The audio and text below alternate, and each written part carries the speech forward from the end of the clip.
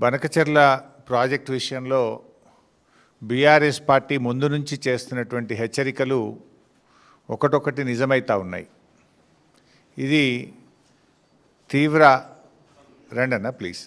తీవ్ర ఆందోళన కలిగించేటువంటి అంశం. మేము ముందు నుంచి హెచ్చరిస్తున్నట్టే ఇవాళ తెలంగాణ పాలిట బనకచెర్ల ప్రాజెక్టు పెను ప్రమాదంగా మారబోతా ఉన్నది.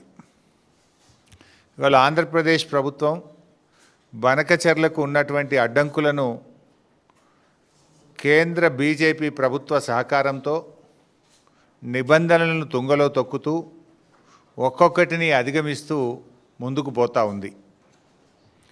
కానీ ఈ రాష్ట్రంలో ఉన్న కాంగ్రెస్ ప్రభుత్వం రాష్ట్ర ప్రయోజనాలు కాపాడాల్సింది పోయి, రాష్ట్ర హక్కుల కోసం పోరాటం చేయాల్సింది పోయి, నిమ్మకు నీరెత్తినట్టుగా రేవంత్ రెడ్డి ప్రభుత్వం వ్యవహరిస్తూ ఉంది, పరోక్షంగా సహకరిస్తూ ఉంది.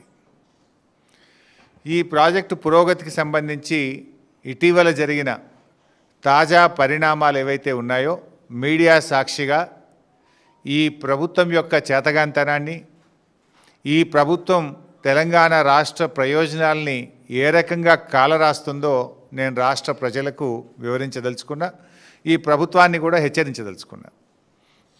మొట్టమొదట ఇది కేంద్ర మంత్రి సిఆర్ పాటిల్ గారు మన రాష్ట్ర ముఖ్యమంత్రి రేవంత్ రెడ్డి గారికి రాసిన లేఖ. సిఆర్ పాటిల్ గారు గత నెల 23 సెప్టెంబర్ 2025న ఈ లేఖ రాశారు. మన ముఖ్యమంత్రి రేవంత్ రెడ్డి గారికి 20 రోజుల క్రితం రాసిన లేఖ ఇది. ఈ లేఖలో ఏం రాశారంటే, ద పిఎఫ్ఆర్ అంటే గోదావరి బనకచెర్ల ప్రాజెక్టుకు సంబంధించిన pre feasibility report, the PFR is currently under examination. 1. 2. Further, the government is in receipt of the consensus raised by the state of Telangana on Polavaram Bankacherla link project and is following due process for techno-economic appraisal of the project. అంటే మేము ఈ Polavaram Banakacherla project యొక్క economic appraisal యొక్క process కొనసాగిస్తున్నాము, మేము process చేస్తున్నాము అని ఎవరికి రాసిండ్రు? స్వయంగా మన ముఖ్యమంత్రి రేవంత్ రెడ్డికి రాశారు. ఎన్ని రోజుల కింద రాశారు? 20 రోజుల కింద రాశారు. అంటే 20 రోజుల కింద నీకు ఉత్తరం వచ్చినా ఈ రోజు వరకు రేవంత్ రెడ్డి స్పందించాడు. అసలు ఎట్లా చేస్తారు? అప్రైజల్ అనే కాన్సెప్టే రాకూడదు. ఎందుకు రాకూడదు అప్రైజల్ అనే concept? It is not qualified to examine. మన దేశంలో వరద జలాల మీద డిపిఆర్ల అప్రైజల్ జరగదు. మన దేశంలో ఉన్న సెంట్రల్ వాటర్ కమిషన్ నిబంధనలు కానీ, మన రాజ్యాంగం కానీ, మన దేశంలో నదీ జలాల పంపిణీ కానీ ఎప్పుడు కూడా నికర జలాల మీదనే జరుగుతుంది. అంటే వరద జలాల మీద అసలు ప్రాజెక్ట్ రిపోర్ట్లే ఉండవు, దాని మీద అప్రైజలే జరగదు.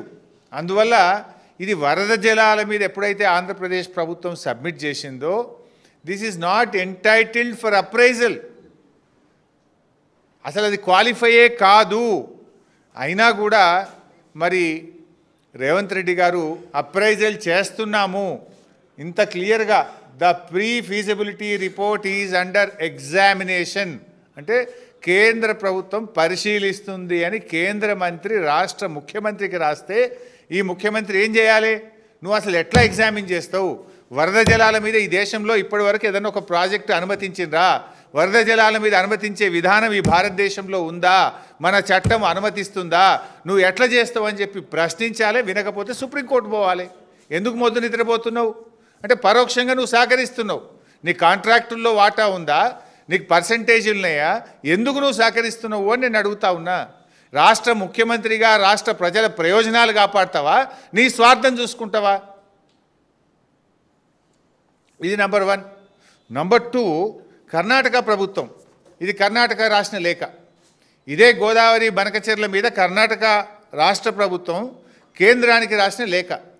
ఎంత స్పష్టంగా రాసిండ్రు ఇలా అంటే వాళ్ళు కర్ణాటక ప్రభుత్వం పారా 11 page 3 by all the stated diversions by Andhra Pradesh, 80 plus 100 plus 243.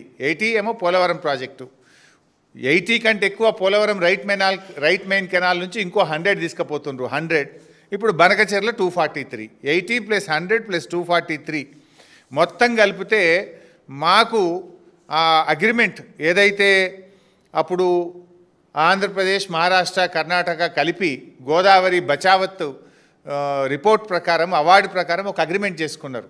Godavari నీళ్లు కృష్ణానదికి మళ్ళిస్తే దాంట్లో ఎగువ రాష్ట్రాలకు కూడా వాటా ఉంటుంది. ఆ వాటా ప్రకారంగా 463 టీఎంసీలు ఇవాళ ఆంధ్రప్రదేశ్ మళ్ళిస్తుంది. మాకు 112 టీఎంసీలు పైన కృష్ణాలో మేము ఆల్మట్టిలో ఆపుకుంటామని రాసిండు. 423 టీఎంసీలు ఆంధ్రప్రదేశ్ మళ్ళిస్తుంది. బనకచెర్ల కావచ్చు, పోలవరం కావచ్చు, అదనంగా తీసుకునేది కావచ్చు. మొత్తం 423లో 112 టీఎంసీలు పైన ఆపుకుంటా. ఎంత స్పష్టంగా రాస్తారంటే page 13లో the ministry of Jal Shakti is requested to intimate the date of clearance of the project in question so that Karnataka can take appropriate action for utilization of Krishna water. మీరు ఎప్పుడు అనుమతిస్తారో మాకు చెప్పండి. మీరు అనుమతిస్తే ఇక మేము తెల్లారికెళ్ళి మీద నీళ్ళు ఆపుకుంటా, కృష్ణానది జలాలు నేను ఆపుకుంటా మీద అంటుండు. మీరు అనుమతిస్తే మీద నీళ్ళు నేను ఆపేసుకుంటా అంటుండు. ఎవడు నష్టపోతాడు? తెలంగాణ పరిస్థితి రెండింటికి చెడ్డ రేవుడవుతుంది. కింద గోదావరి నీళ్ళు పోతే మీద కర్ణాటక వాడు కృష్ణా నీళ్ళు ఆపుకుంటే మన బతికేం కావాలి? మాకు హక్కున్నది. మాకు గోదావరిలో జరిగిన ఇంటర్స్టేట్ అగ్రిమెంట్ ప్రకారంగా ఆంధ్రప్రదేశ్ ఎన్ని నీళ్లు మళ్ళిస్తే పైన కృష్ణాలో మా రేషియో ప్రకారం మేము ఆపుకుంటాము. 112 టీఎంసీలు ఆపుతామని చెప్పి ఇది కర్ణాటక రాసిన ఉత్తరం. ఇక మూడవది మహారాష్ట్ర కూడా రాసింది. ఇది మహారాష్ట్ర ప్రభుత్వం కేంద్ర ప్రభుత్వానికి రాసిన లేఖ. ఇందులో వాళ్ళు ఇంకా రెండు విషయాలు, ఇంకొక కొత్త విషయం కూడా చెప్పారు. ఇందులో ఏమంటున్నారు? ఒకటేమో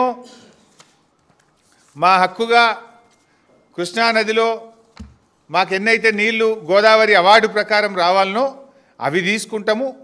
అవి కాకుండా మేము వరద జలాల మీద కూడా ప్రాజెక్టులు పంపుతామని రాసిండ్రు. ఇందులో ఏం రాసిండ్రో నేను చదివి వినిపిస్తే చాలా పాయింట్స్ ఉన్నాయి, కానీ నేను క్లుప్తంగా స్ట్రైట్గా I will come to the point. Para 13 page 3, as all water include flood water also, the entitlement of flood waters to the upper riparian state has to be decided first before resorting to appraisal of flood water project in the subject matter. మీరు అసలు flood water మీద appraisal చేయకూడదు. ఒకవేళ చేసేది ఉంటే మరి మహారాష్ట్రకు కూడా ఫ్లడ్ వాటర్ ఉంటుంది కదా, మా వాటా ఎంతనో చెప్పండి. Point number 1. పాయింట్ నెంబర్ 2, ఇంకో మాట ఏమంటున్నారంటే the central water commission of Jal Shakti has any guidelines for considering appraisal of flood based projects. The same may be intimated for submission of flood based projects in Maharashtra also. ఫ్లడ్ బేస్డ్ ప్రాజెక్టుకు appraisal ఇవ్వచ్చా? నియమ నిబంధనలు వర్తిస్తాయా? ఉంటే మాకు తెలపండి, మేము కూడా గోదావరిలో ప్రాజెక్టులు కట్టుకుంటాము అని వాళ్ళు ఏమంటారు. అందులో స్పష్టంగా ఏమంటారంటే however it needs to be examined that whether the flood water contemplated to be diverted is utilized from the legitimate share of Godavari water of sub basins in upper riparian states, even though some of the projects planned by upper riparian states might be incomplete in the sub basins and utilize apparently less.